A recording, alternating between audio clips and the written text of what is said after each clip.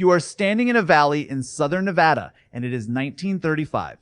The government has just told you that the house you have lived in for 20 years, the church where your parents got married, the school where your kids learned to read, all of it is going to be underwater within 18 months. It is not being destroyed or demolished, it is being submerged.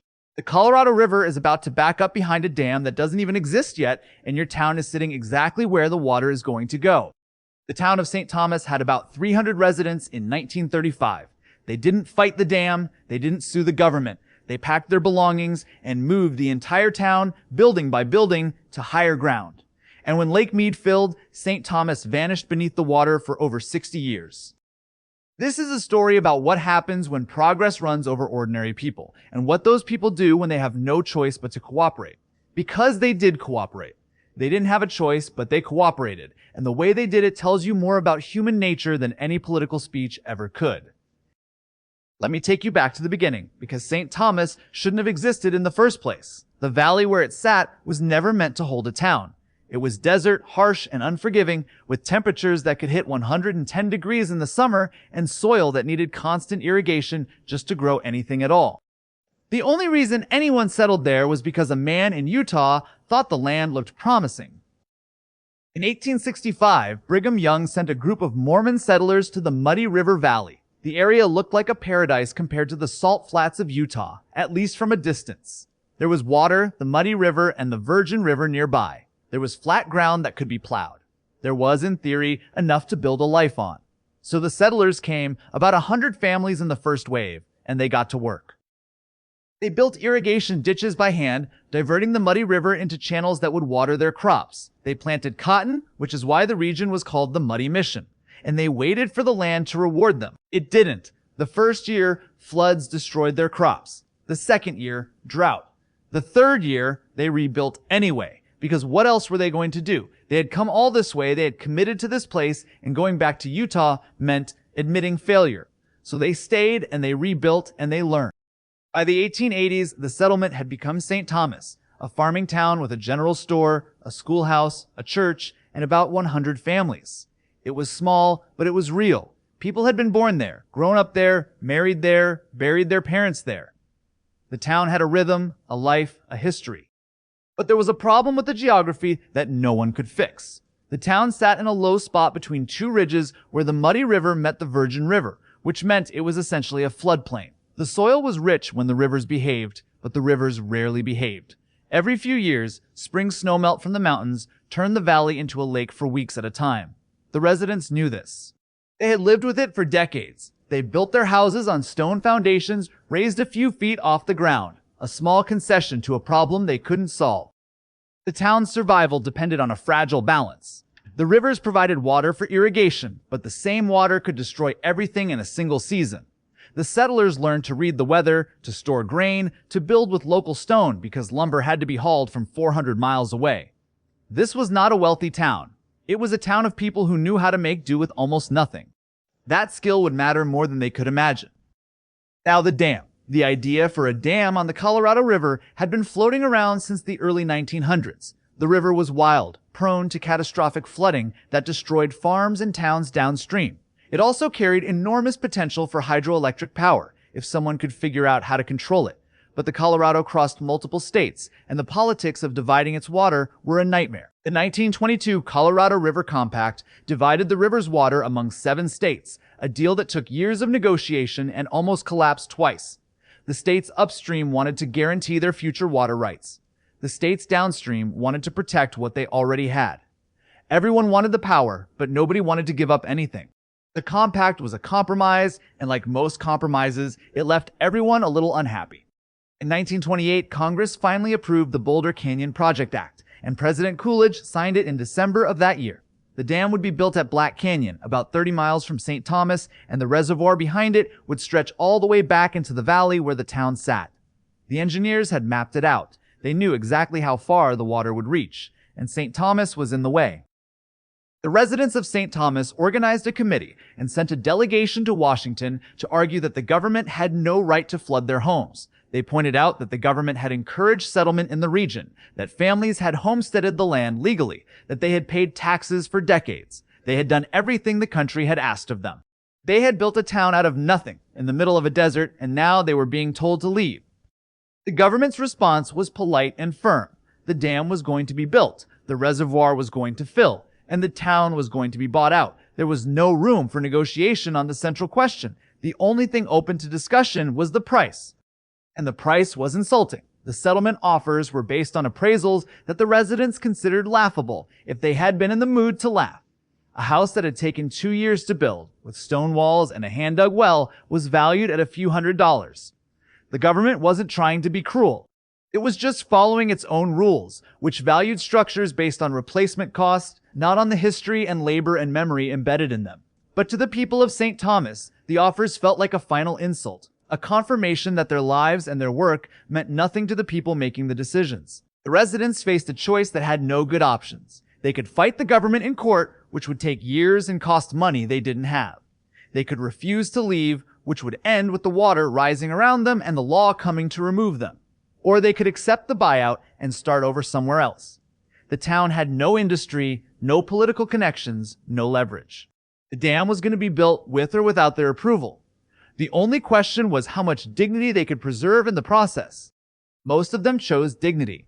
They took the money, such as it was, and they started planning the move.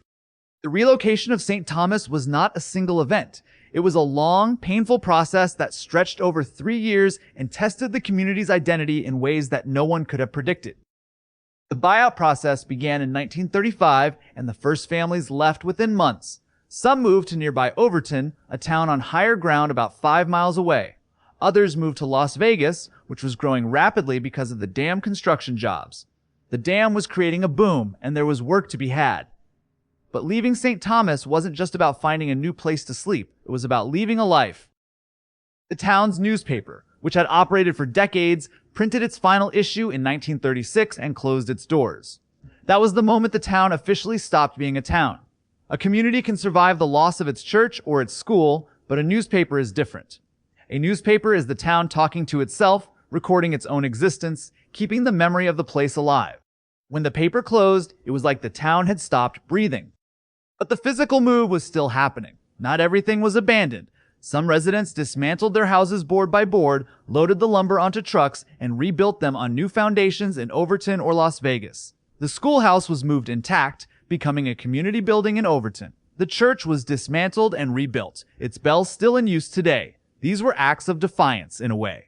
The government could flood the land, but it couldn't erase the buildings. Not if the people carried them away first.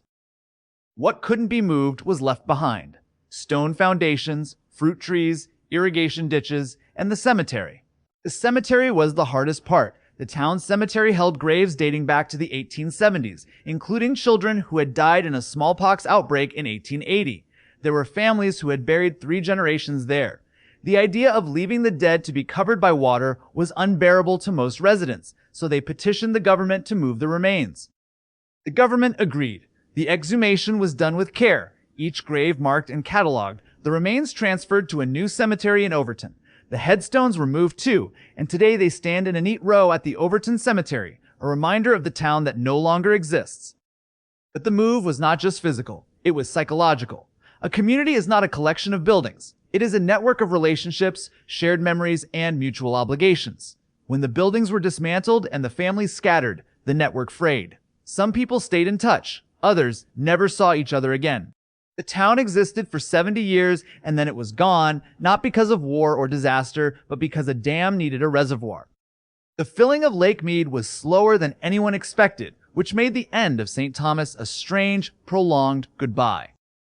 A few families refused to leave until the water was literally at their doorsteps. They had accepted the buyout, but they weren't going to move until they had to. They watched the water rise in the distance, month after month, year after year, and they stayed. Hugh Lord, the town's last resident, stayed until June 1938, when the rising water made his house uninhabitable. He reportedly left in a boat, watching his home disappear beneath the surface behind him. There is no photograph of that moment. There is no record of what he said or what he felt. He just got in a boat and rowed away, and that was the end of St. Thomas as a lived place. Lake Mead took several years to reach full capacity because the Colorado River's flow was lower than the engineers had predicted. The water rose gradually, first covering the low fields, then the streets, then the foundations of the houses.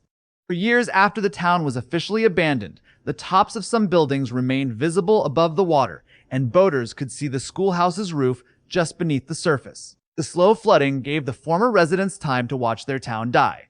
They could see the water creeping up the valley from the hills around Overton. They could row out to their old properties and look down through the clear water at the roofs of their houses. This was not a sudden catastrophe. It was a slow erasure, a place disappearing inch by inch, and there was nothing anyone could do to stop it. Here is the part of the story that nobody could have predicted. Lake Mead did not destroy St. Thomas entirely. It preserved it. And when the water level dropped decades later, the town came back. In the early 2000s, a severe drought hit the American West, and Lake Mead's water level dropped dramatically. In 2002, the ruins of St. Thomas began to emerge from the receding water for the first time in over 60 years.